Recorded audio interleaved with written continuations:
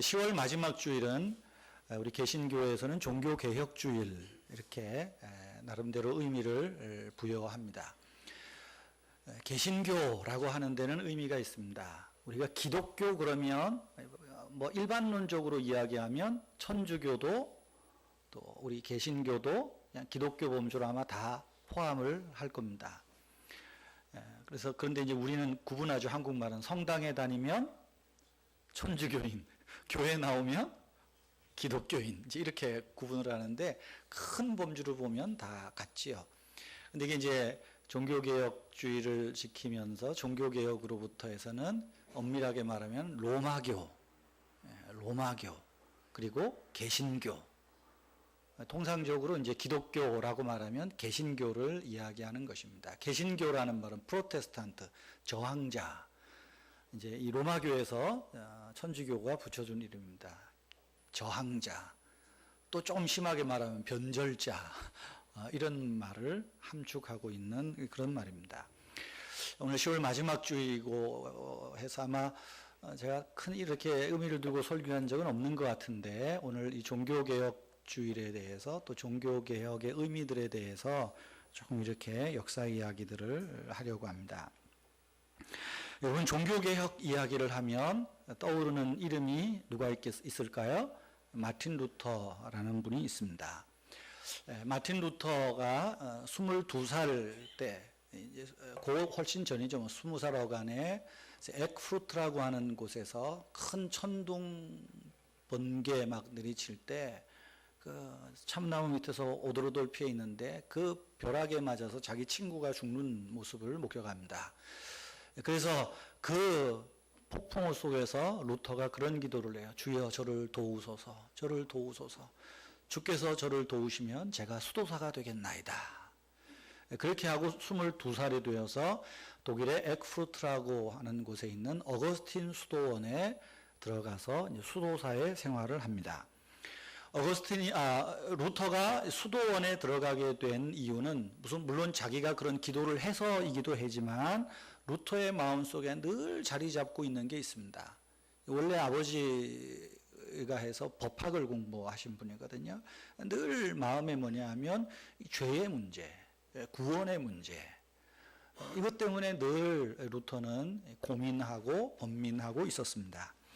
어거스틴 수도원에 들어가면서 수도사 생활을 하는 중에 이 루터는 야, 내가 수도원에 들어오기 잘했다. 그런 생각을 초반에 갖습니다. 왜냐하면 수도사 생활을 하면서 야, 내가 하나님의 사랑을 받기에 충분하지 못한 죄인이구나 하는 것을 먼저는 깨달았어요. 그러면서 이 수도원에서 고행하고 선행을 베풀고 그러면서 또 고해성사를 함으로써 내가 하나님의 사랑을 받는 이 귀한 일을 하고 있다. 이런 것 때문에 처음에는 만족해 했습니다. 그래서 루터는 나름대로 열심히 수도원의 계율을 지키면서 그야말로 할 수 있는 모든 노력을 다했던 것 같습니다. 그러나 수도사로서 계율을 지키고 자신의 죄악성을 심각하게 느끼고 고행과 선행과 고해성사를 하면 할수록 루터의 마음속에 지워지지 않는 것이 죄의식입니다. 오히려 더 강하게 죄의식이 찾아오는 거죠. 그럴 때 고대 사회에서는 어떻게 할까요? 고해 신부를 찾아가서 당시 수도원장에게 찾아가서 고해성사를 합니다. 고해성사를 하면 신부가 듣고 내가 성부와 성자와 성령의 이름으로 너의 죄를 사하노라 평안히 가라. 이렇게 말을 하면 이제 죄가 없어지는 것 같아요. 그러나 고해성사를 아무리 해도 이 본질적 문제가 해결이 안 되는 겁니다. 루터의 생각에 이런 마음이 들었죠. 내가 만약에 사제 앞에서 고해 신부 앞에서 고백하는 그 죄만 용서를 받는다면 미처 생각나지 못해서 그 참회하지 못한, 고해하지 못한 그 죄 때문에 나는 구원에 이를 가능성이 없지 않는가. 이런 이제 고민에 빠지게 됩니다. 그래서 루터는 고민하다가 고대 수도사들이 했던 신비주의에 빠지게 됩니다. 신비주의자들 역시 고행을 강조해요. 그러면서 신비주의자들은 조금 색다른 주장을 합니다. 하나님만 사랑하면 된다. 하나님을 열심히 사랑하면 그 외의 모든 문제, 구원의 문제, 죄의 문제가 다 해결된다. 그러니까 루터가 이 말을 읽고는 그래 내가 일평생 하나님을 열심히 사랑하자, 이 사랑이 합니다. 처음에는 해방감을 주는 듯 했어요. 그런데 루터가 또 깨닫습니다. 인간이 하나님을 사랑하는 게 결코 쉬운 일이 아니라는 걸 깨닫게 됩니다. 우리도 그렇죠? 신앙생활하면서 주님 사랑합니다, 사랑합니다 해도 얼마나 이율배별정으로 살 때가 많습니까? 이 고민에 빠지는 거죠. 자, 어거스틴 스토원에서 5년 공부를 하면서 신학 박사 학위도 받습니다. 성경을 공부하고 고행하고 아무리 해도 이 문제가 해결이 안 돼요. 사제의 길로 들어서야 되는데 도대체 사제의 길로 나갈 낌새가 안 보여요. 그때 수도 원장이 그래도 루터에게 새로운 길을 열어줍니다. 사제의 길을 어쨌든 이렇게 헌신했으니까 가야 되지 않겠나. 그러면 교회로 가지 말고 너는 독일의 그 비텐베르크의 대학에 가서 성경을 가르쳐라. 이렇게 해서 이제 루터가 1515년에 지금 보이는 사진이 비텐베르크 이 대학촌입니다. 여기가. 이 도시 자체가 유네스코 문화재로 등록되어 있는 거예요. 사진 다음 넘겨보세요. 여기가 이제 그 옛날에 쓰던 비텐베르크 대학, 지금은 루터 박물관으로 쓰는 그 입구고요. 초라하죠. 예. 또 넘겨보시면 여기는 이제 루터를 도와서 종교개혁할 때 화가가 있어요. 크라나흐라는 화가가 있는데 당시에는 독일 사람들이 글을 잘 모르니까 독일의 사상을 그림을 그려가지고 이렇게 전파했던 그 사람이 여기서 일을 했던 곳이에요. 이거 이제 비텐베르크 대학과 다 붙어 있는 그런 건물들입니다. 또 넘겨보시면 저렇게 아주 도시가 아주 아름답습니다. 저 높게 보이는 건물이 그 비텐베르크 교회입니다. 궁성교회예요. 또 넘겨보실까요? 사진 있나? 예, 여기 보시면 이제 이 비텐베르크가 이제 루터의 도시라 그럽니다. 독일은 뭐 전부 루터의 도시인데 여기가 이제 루터 동상이 있고요. 여기가 이제 루터를 도와서 신학 사상을 완성한 이 멜랑히톤이라는 분이 있습니다. 멜랑멜랑 거리는 사람인데, 근데 뭐 이렇게 동상이 있어도 이 앞에서 이제 좌판 벌어지고 야시장 벌어지고 하는 그런 곳입니다. 이 비텐베르크 대학에 이제 가서 성경을 가르치는 교수로 임명을 받습니다. 1515년에 비텐베르크 대학에서 루터가 시편을 강해합니다. 시편을 연구하면서 루터가 이 시편을 예수 그리스도 중심으로 해석을 하기 시작을 해요. 그전에는 전부 내 입장에서 내 입장에서 시편을 읽으면서 동감했는데 루터는 이때 시편을 그리스도 중심으로, 그래서 시편에서 그 무수히만한 고난 속에 부르는 이런 노래들이 다 그리스도와 연관되어 있다. 그러면서 뭔가 한 줄기의 빛을 보기 시작해요. 야, 내가 여기서 성경을 연구하고 가르치면 이것이 뭔가 내게 큰 일이 있겠다. 그런 생각을 하고 시편을 이 그리스도 중심으로 해서 해석을 하고 또 가르치고 합니다. 그러다가 1515년에 루터가 이제 로마서를 이 대학에서 강의하게 됩니다. 이제 강의를 쭉 준비할 거 아니겠어요? 로마서 강의를 준비하면서 이 하나 큰 깨달음이 있어요. 그것이 로마서 1장을 쭉 연구해 가던 중에 로마서 1장 17절의 말씀이 바로 그것입니다. 복음에는 하나님의 의가 나타나서 믿음으로 믿음에 이르게 하나니 오직 의는 믿음으로 말미암아 살 것이라. 이 말씀이 아주 루터의 그 고민과 번민을 다 해결하는 그런 말씀이었습니다. 왜냐하면 당시에 루터가 있었던 그 신학교든 수도사에게 가르치지 않았던 구원의 대발견을 루터가 하게 된 겁니다. 당시 교회에서는, 신학에서는 여기에 나오는 이 하나님의 의, 하나님의 정의가 뭐냐 이야기할 때 하나님의 의는 신자의 죄를 처벌하시는, 심판하시는 것이 하나님의 의다. 이렇게 가르쳤어요. 그러니까 로마교에서 이거를 어떻게 이제 해석을 할까요? 하나님의 의, 하나님의 처벌을 면하기 위해서는 선행을 해야 되고 고행을 해야 되고 그리고 더 나아가서 고해성사를 하면 이것이 구원의 조건이 된다. 이 공로사상이죠. 내가 이렇게 하면 고행도 하고 선행도 하고 그래도 내 속에 죄가 있으면 내 마음의 죄를 고해성사해서 사제가 죄사함을 선언해 주면 구원받는다. 이렇게 가르쳤습니다. 그런데 루터는 시편과 로마서를 통해서 하나님의 의는, 하나님의 정의는 처벌이 아니라는 결론에 이르게 됩니다. 오히려 여기서 말하는 의, 정의 이런 것은 인간의 것이 아니라 하나님께 속한 것으로서 하나님의 의는 믿음으로 믿는 자들에게 주어지는 것임을 루터가 발견하게 된 것입니다.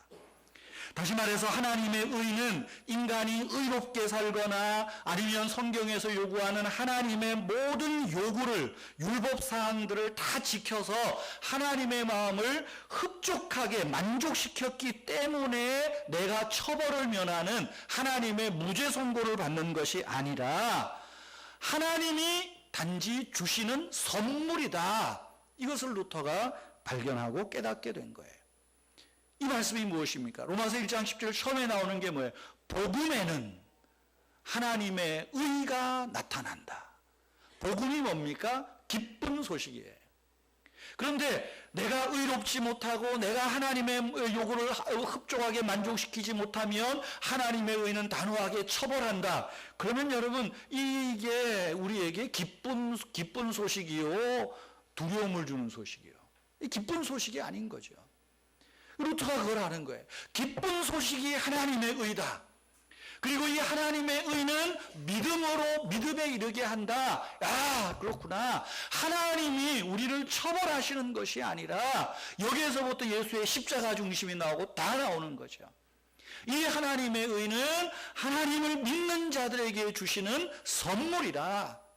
그리고 이 선물을 받은 의인은 하나님 앞에서 오직 믿음으로 살 뿐이다. 로마서 1장 17절이 루터에게 대발견이 된 거예요. 여기에서 개신교의 가장 중요한 신학사상이 나옵니다. 이신득의라는 말이죠. 한자로 표현하면 The righteousness through faith 그 말이에요. 이신득의, 믿음으로 얻어지는 의, 그런 말이죠. 믿음으로 얻어지는 의, 그 말이에요. 믿음으로 이롭게 되는 것은 하나님께서 우리들에게 요구하시는 믿음이 있어야 된다는 거예요. 믿음이라는 거예요. 그리고 이 믿음은 우리가 뭔가를 성취하는 것이 아니라 오히려 이 믿음조차도 하나님이 나에게 주시는 선물이라는 거예요. 선물이라는 거죠. 그래서 하나님께서 우리에게 예수 그리스도를 믿는 마음 주시고 이것을 가지고 하나님을 믿고 하나님이 나에게 주시는 의를 선물로 받는 것. 이것이 복음의 핵심이고 이것이 구원의 완성이고 이것이 죄를 속하는 길이다. 루터가 대발견을 한 거예요. 그래서 루터가 이 말씀을 깨닫고 믿음으로 말미암는 의 이야기하면서 강조하는 소위 말하면 종교개혁의 모토가 나옵니다. 오직 성경으로, 오직 믿음으로, 오직 은혜로. 이게 하나의 종교개혁자들의 구호입니다. 오직 성경으로, 오직 믿음으로, 오직 은혜로. 한번 해볼까요? 오직 성경으로, 오직 믿음으로, 오직 은혜로. 루터가 이 1장 17절의 말씀을 다 깨달은 다음에 그날 밤 일기로 이 글을 썼습니다.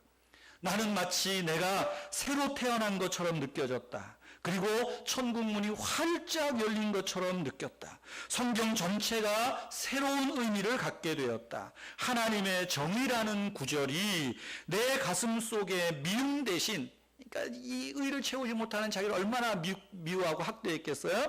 이 미움 대신에 말로 형언할 수 없는 위대한 사랑의 달콤함으로 가득 채우는 것이었다. 1장 17절을 깨달은 후에 그날 밤에 쓴 루터의 일기입니다. 여러분, 이렇게 루터가 이신칭의를 깨닫고 교황청을 보고 교회를 보고 당시의 신학을 보니까 얼마나 신학이 타락했는지, 얼마나 성경 해석이 엉터리인지, 얼마나 교회가 엉터리인지를 인식하게 된 겁니다. 당시 교회는 암흑시대예요. 부정과 부패가 만연하고 성적인 타락이 만연하고 그야말로 교회라고 할 수 없는 그런 모습이었습니다. 근데 왜 이렇게 될까 봤더니 결국은 성경 해석의 문제고 신학의 해석의 문제인 거죠. 15년에 이거를 깨닫고 루터가 어떻게 했겠어요? 이걸 어떻게 해야 되나? 이걸 어떻게 해야 되나? 그러다가 교회는 갈수록 면죄부 판매가 극에 달하게 됩니다. 그렇게 되니까 루터가 1517년 10월 30일 날 아까 보셨던 그 위텐베르그 궁성교회 정문에다가 탁 대자보를 갖다 붙이는 거예요. 지금에 있는 저 문이 아니고 저것은 19세기에 지금부터 한 150년 전에 그 독지가가 철문으로 해서 루터의 95개 조항을 이렇게 딱 이렇게 새겨가지고 튼튼하게 이렇게 만들었습니다. 요거 봤으니까 하나 더 위에 올려보세요. 넘겨보시면 그 위에 있는 요 사진은 예수 그리스도와 여기 있는 사람이 루터고 성경을 들고 있죠. 그리고 이 루터의 신학 사상을 이제 아주 체계화한 멜라니톤이라고 하는 사람이 십자가 아래서 은혜 아래서 탁 주님을 응시하고 있는 이 그림이 있고 그리고 그 밑에 이렇게 자세히 보시면 이렇게 다 써 있습니다. 저도 모르고 독일 사람도 못 읽는 글씨입니다. 라틴어로 되어 있습니다. 10월 30일 날 이 일이 일어났어요. 근데 이게 신학자들과 교회가 난리가 났죠. 그리고 10월 31일 날 이제 이 글이 사람들에게 독일어로 번역이 되면서 많은 사람들에게 알려지죠. 로마 교황청에도 가고 또 독일 교구에도 알려지고 이렇게 올라갑니다. 그런데 이 95개 조항을 보면 아주 반 이상이 면죄부에 대해서 아주 강하게 질타하는 그런 내용입니다. 루터의 고민이 뭐였어요? 이 죄의 문제, 구원의 문제예요. 그런데 이걸 깨닫고 보니까 이 교회가 지금 할 짓을 안 하는 걸 하고 있는 거죠. 당시에 면죄부를 팔 때 이 면죄부를 파는 그들의 신학적 주장이 이런 것입니다. 한번 읽어보시면 면죄부는 죄인들을 세례보다도 더 깨끗하게 만들고 타락 이전의 아담보다 더 순결하게 만들 뿐 아니라 면죄부를 판매하는 자의 십자가는 즉 사제가 목에 걸은 십자가는 그리스도의 십자가만큼 효력이 있다. 얼마나 이 정도 강조하면 면죄부에다가 헌금 안 하겠어요? 헌금 해야죠. 안 하면 이거 당신이 이상한 거예요. 뿐만 아니라 자기의 가족이나 친지들을 위해서 그 친지들 이미 죽은 자들을 위해서 면죄부를 사는 사람들에게는 또 이렇게 말해요. 헌금한 바닥에 동전이 딸랑하고 떨어지는 순간에 연옥에 갇혀있던 영혼이 화살처럼 솟아오른다. 그러니까 이 95개 조항박에서 연옥도 엉터리라고 이야기를 해요. 연옥도 이건 성경에도 없는 거고 그러면서 연옥 면죄부 문제 얼마나 여러분 인터넷 찾아보시면 반방 95개 반박문 해가지고 보면 한글로 쫙 번역도 다 되어 있습니다. 한번 이렇게 젊은 분들 한번 보셔도 괜찮을 것 같아요. 당시의 교회는 이 면죄부를 팔아서 사제들이 배를 불리고 이게 또 쏠쏠하게 재미있으니까 당시 로마의 교황 당시 교황이 레오 1세인데 이 레오의 평생 소원이 있어요. 자기 몇 대 앞에 줄리어스라는 교황, 줄리어스 2세 교황이 로마의 대성당을 짓다가 돈이 없어서 못 지었거든요. 그러니까 내가 이 대성당을 완성하겠다. 어디서 돈을 뜯어낼까 하다 보니까 이 면죄부를 팔아가지고 각 나라에서 재미를 보니까 이거를 이렇게 신학적으로 딱 만들어줘요. 그러면서 말하죠. 면죄부 팔고 반은 너네 교구가 쓰고 반은 로마로 보내라. 그래서 지금 로마에 가면 대성당이 그렇게 해서 다 완성이 된 것입니다. 루터가 이걸 보니까 얼마나 분이 치밀어 오르겠습니까? 그래서 반박문을 내걸고 이 성경으로 돌아가야 되고 은혜로 돌아가야 되고 믿음을 가져야 된다고 이야기를 하니까 여러분, 이 교황이나 당시의 수도 원장이나 사제들이 어떻게 했어요? 야, 저놈 때문에 우리 큰일 났다. 그래서 이제 계속 회유합니다. 야, 그러지 마라, 그러지 마라. 근데 루터가 말 듣겠어요. 이 진리를 알았는데 말 듣겠어요. 그러니까 1517년에 일이 있고 1518년에 하이델베르그 교회로 불러서 이제 논쟁하자. 논쟁에서 루터가 이겨요. 그러니까 많은 사람들이 루터 추종자가 생기죠. 또 1919년에 아우스부르크라는 데서 또 논쟁을 해요. 또 루터가 루터의 이 논리를 못 당해요. 회유해도 안 되고 하니까 어떻게 하겠어요? 이제는 이 루터를 처치하자, 처단하자. 그렇게 합니다. 그렇게 해서 1521년에 이제 루터를 파문하기 위한 종교 재판이 이제는 신학적 토론이 아니라 종교 재판이 독일의 웜스라고 하는 곳에서 열립니다. 웜스 교회 사진도 있는데, 이 정면에는 건물이 있어가지고 정면에서 못 찍었고요. 이 1300년대에 지은 교회입니다. 앞에도 보시면 넘겨보세요. 이런 교회가 있어요. 여기서 이제 1521년에 종교 재판이 열려요.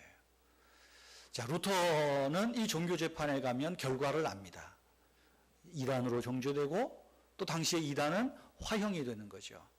그러니까 루터를 지지하던 수도사들이나 또 교회나 영주들은 이 종교 재판에 가지 말라고 이야기를 하고 설득을 합니다.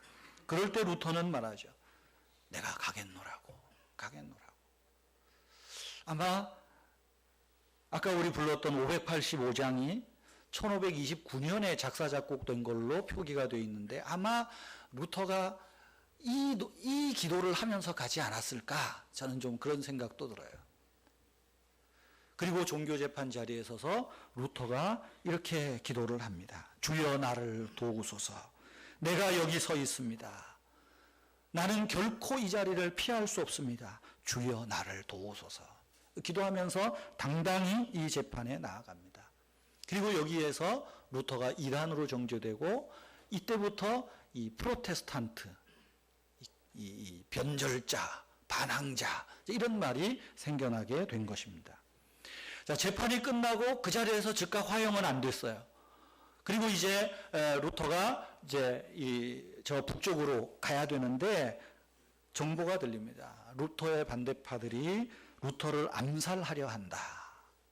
루터 영화를 보시면 그걸 알고 밤에 막 이제 영주들의 도움을 받아서 이제 도망을 갑니다. 어디로 도망가냐면 지금 보이는 여기에요. 아이제나흐라고 하는 도시에 있는 이 성인데 이 바르트 브루트 이 영주가 루터의 적극적인 후원자가 됩니다. 그래서 자기의 사병을 풀어가지고 루터를 보호해서 또 넘겨보세요. 여기가 이렇게 저 밑에 산 위에 있어요. 여기가 올라가는 건데 자세히 보시면 제 아내가 옆에 있습니다. 안 보이네. 이렇게 있어요.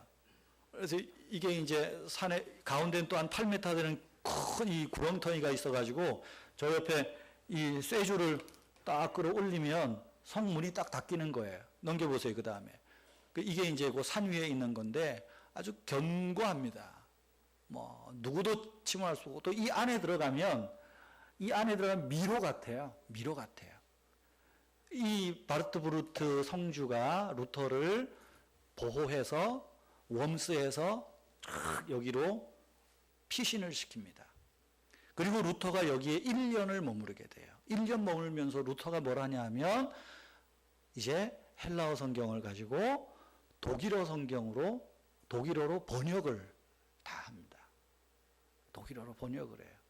그래서 여기 가면 루터가 앉아서 작업했던 그런 뭐 서재랑 잘 이렇게 돼 있고 그래요. 이 번역을 해요.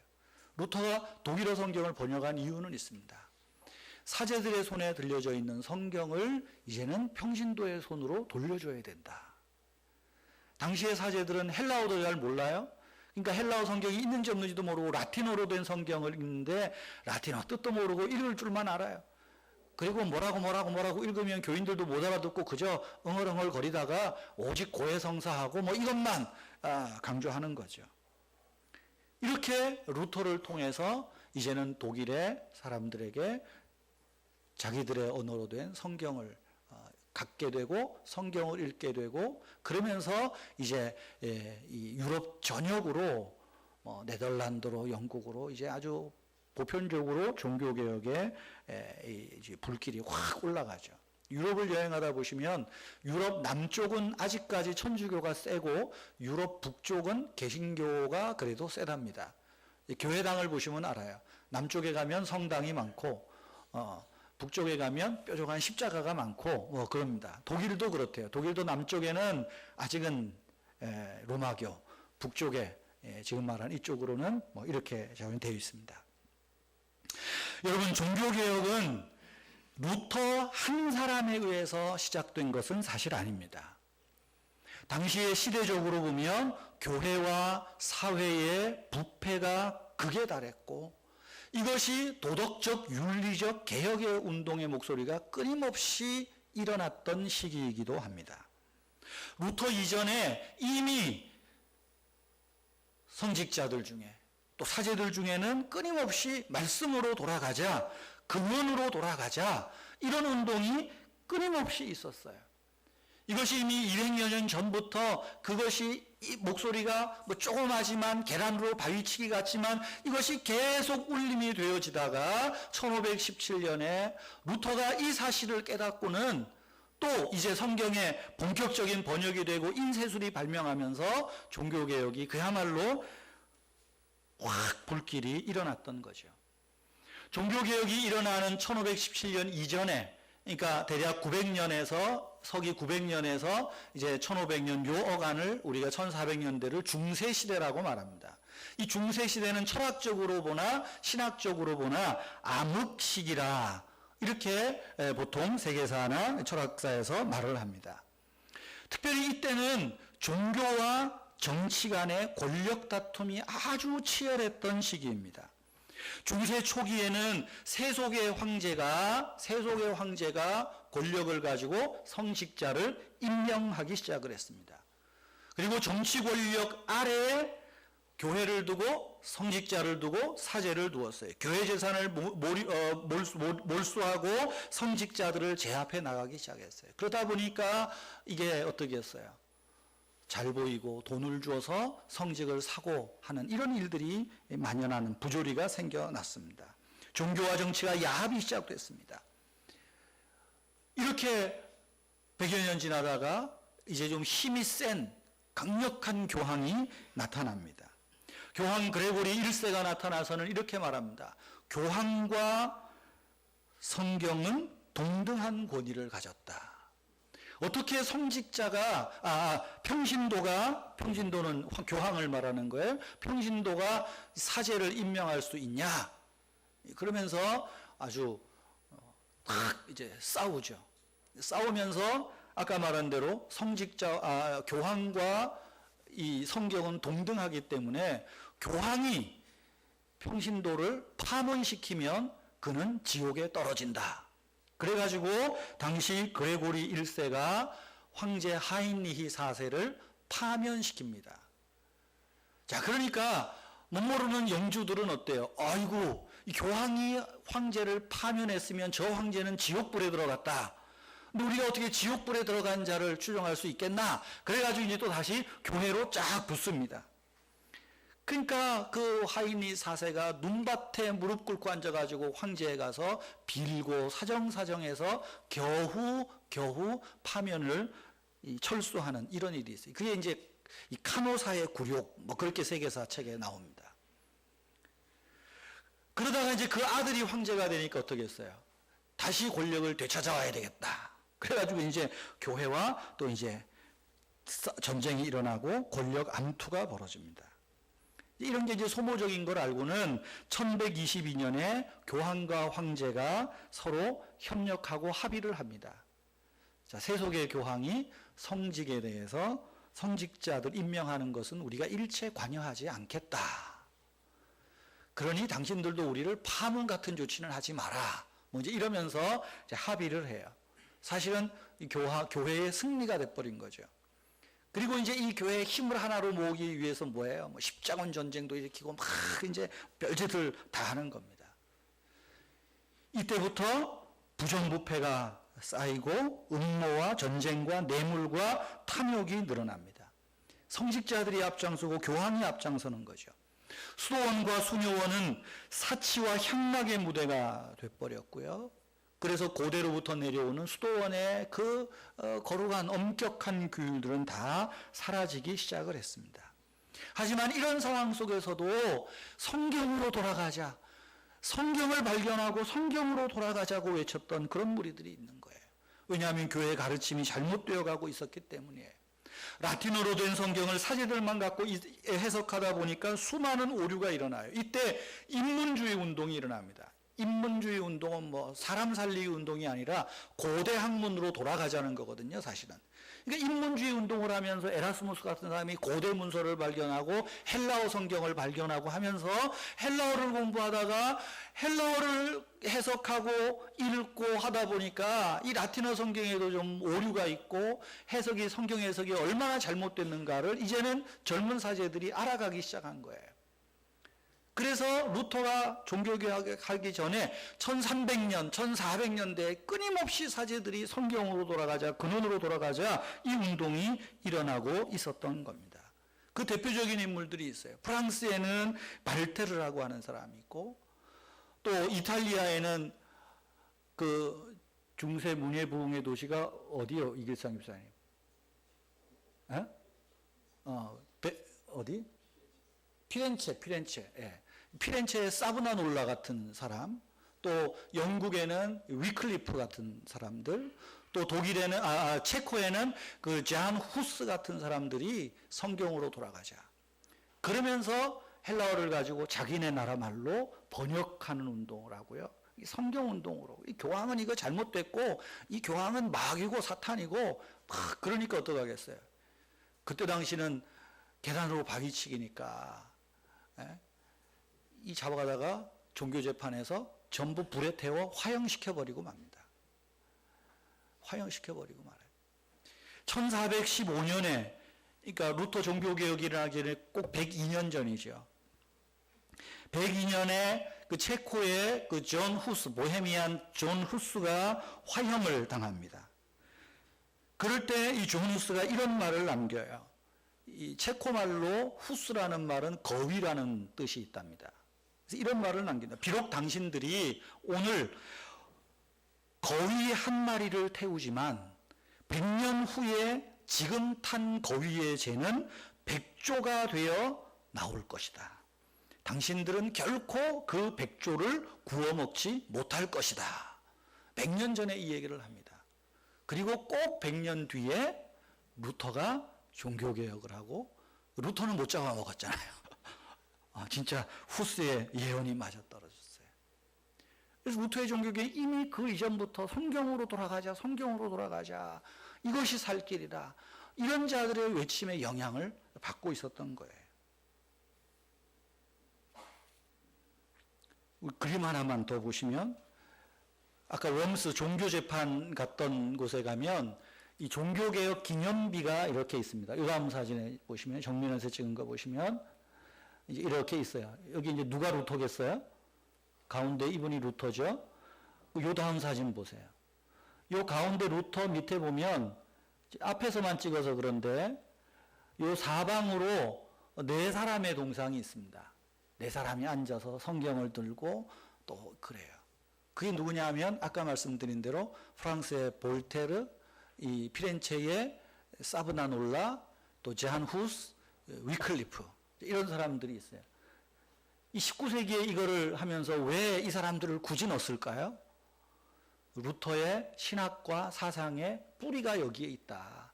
개혁의 뿌리는 루터에게서 출발한 게 아니라 이미 이 사람들의 성경 연구를 통해서 나왔다. 이걸 이야기를 해요. 요 앞에 그림을 다시 한번 보여줘 보세요. 요 앞에 그림 보면 이제 여기 이렇게 막 칼 들고 있는 사람들이 있죠. 이제 이 사람들은 누구냐면 당시에 루터의 종교 개혁을 지지하고 후원했던 영주들입니다. 영주들. 딱 이렇게 하죠. 이 사람들의 후원이 없었다면 루터의 종교 개혁은 또한 완성하지 못했다. 그런 의미로 이렇게 쭉 이런 걸 해놨어요. 기념비죠, 기념비.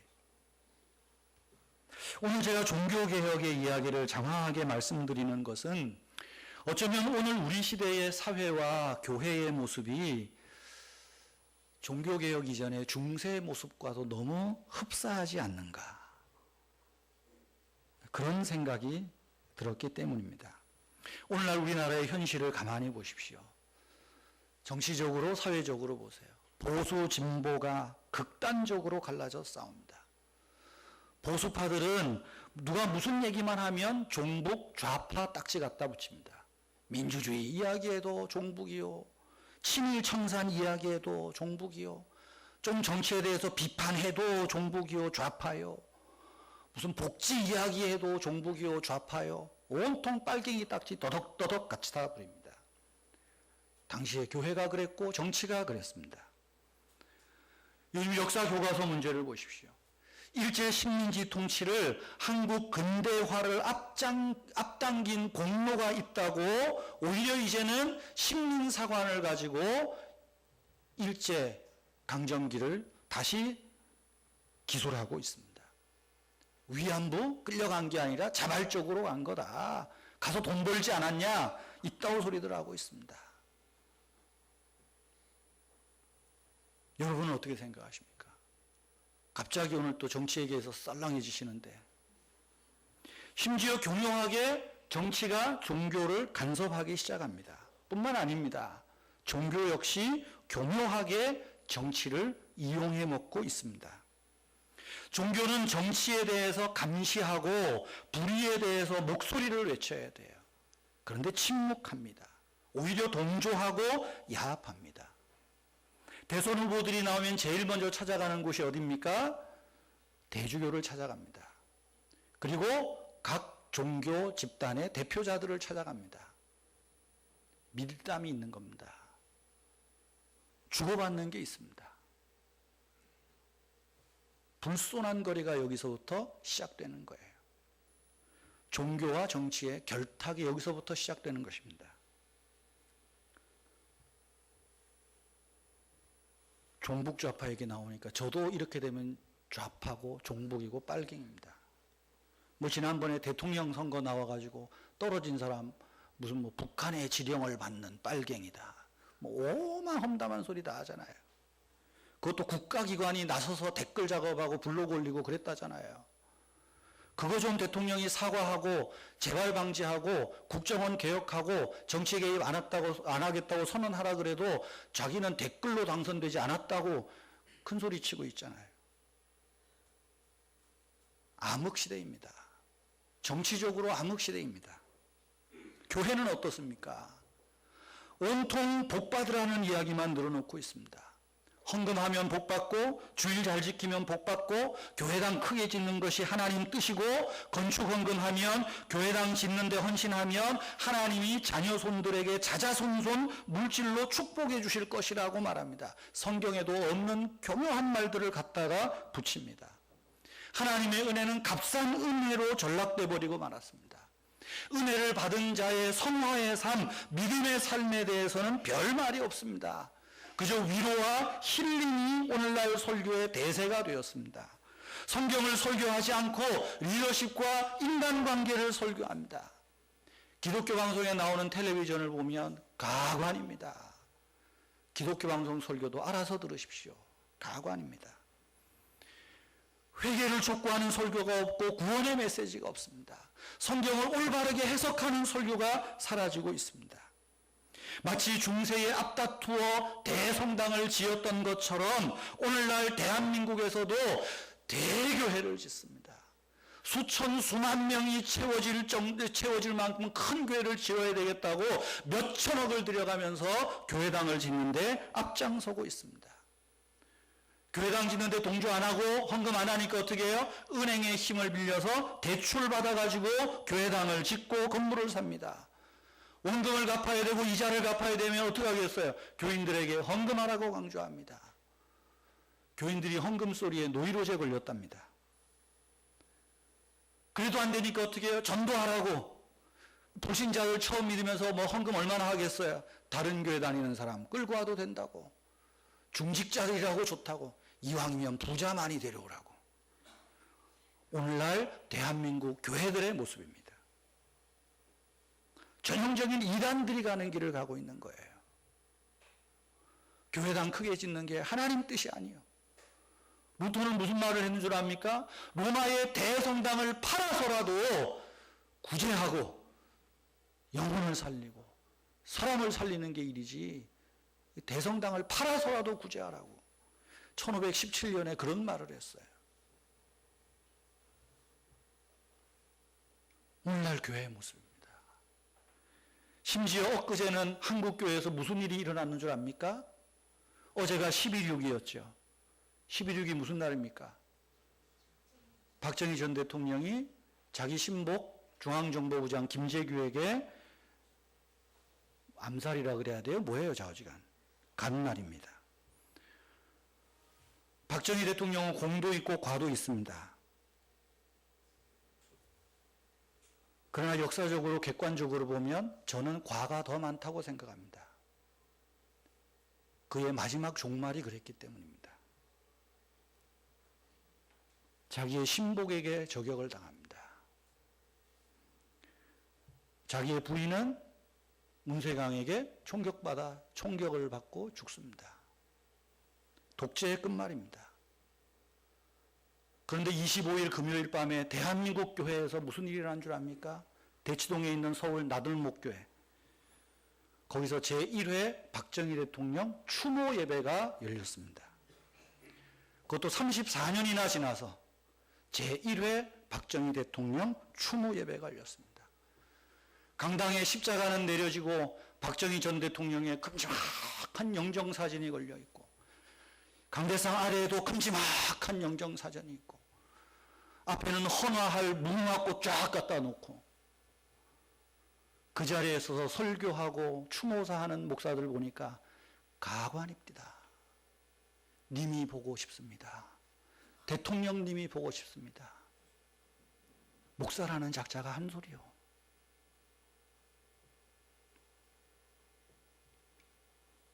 박정희 전 대통령이 기독교인입니까? 예수를 믿었습니까? 절에서는 지금도 추모제를 하는 거,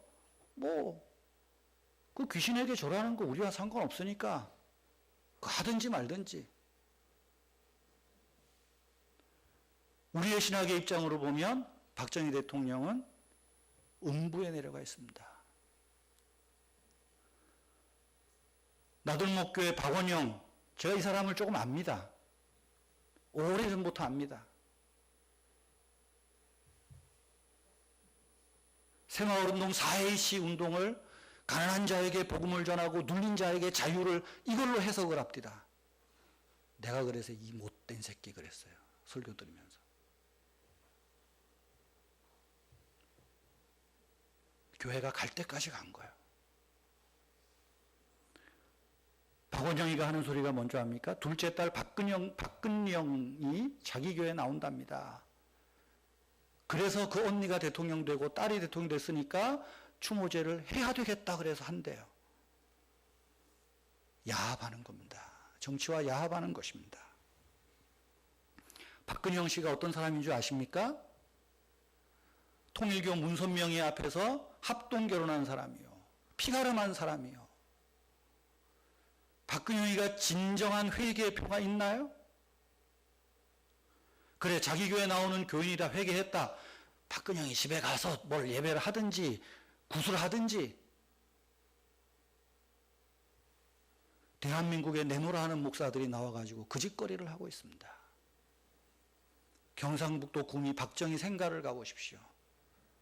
거대한 청동 동상이 서 있습니다. 거기에 가는 사람들이 뭐 하는 줄 압니까? 다 참배하고 보니까 다 두 손 모으고 기도하고 있습니다.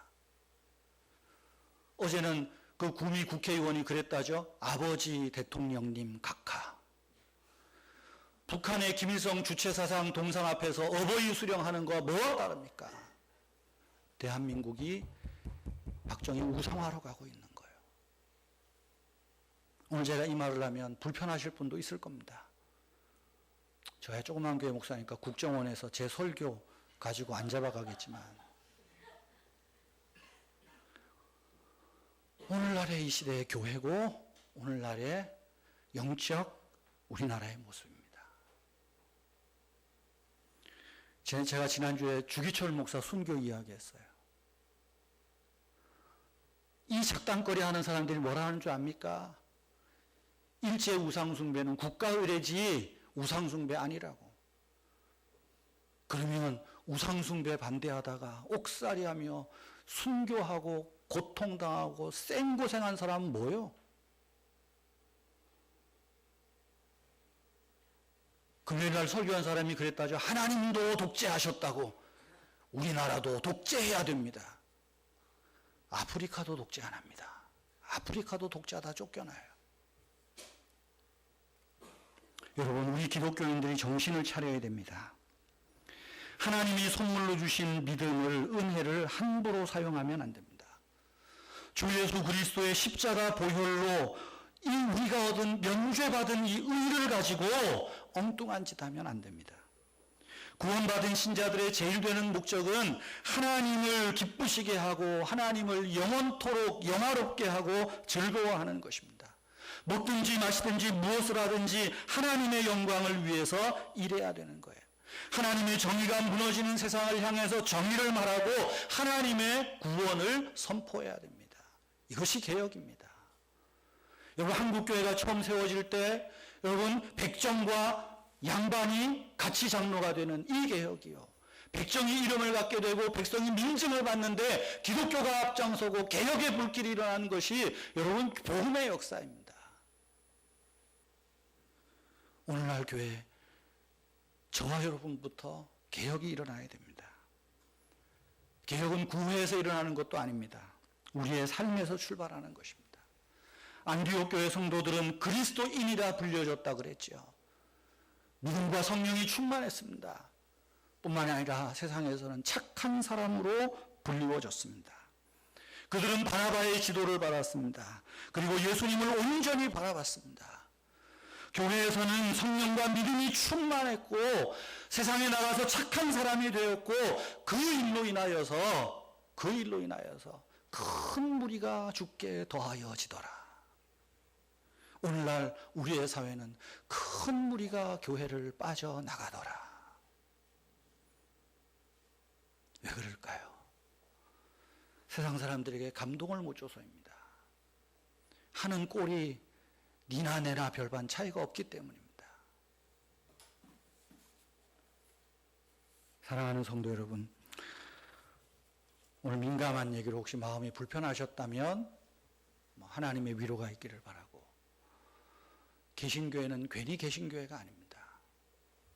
하나님의 말씀을 가지고 세상의 불의에 대해서, 정의에 대해서, 우리의 죄에 대해서, 탐욕에 대해서 저항하는 운동입니다.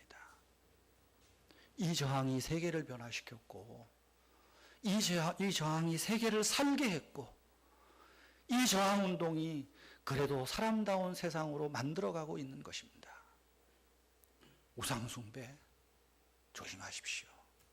정치인들 우리 다 알잖아요. 맹목할 거 없습니다. 우리들이 하나님의 운동으로, 말씀으로, 신앙으로 온전하게 돌아가야 됩니다.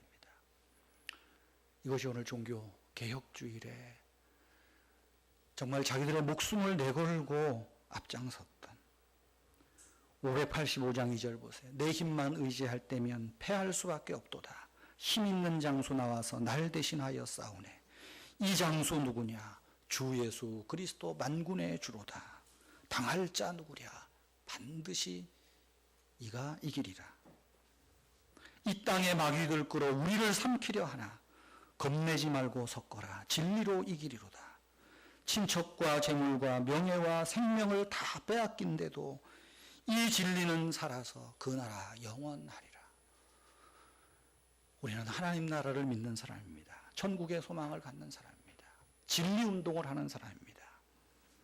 이 진리 운동이 저와 여러분에게서부터, 작심한 우리 은혜의 교회에서부터 다시금 새롭게 일어나는, 내 삶에서 개혁 운동이 일어나는 저와 여러분이 되기를 주님의 이름으로 부탁드립니다.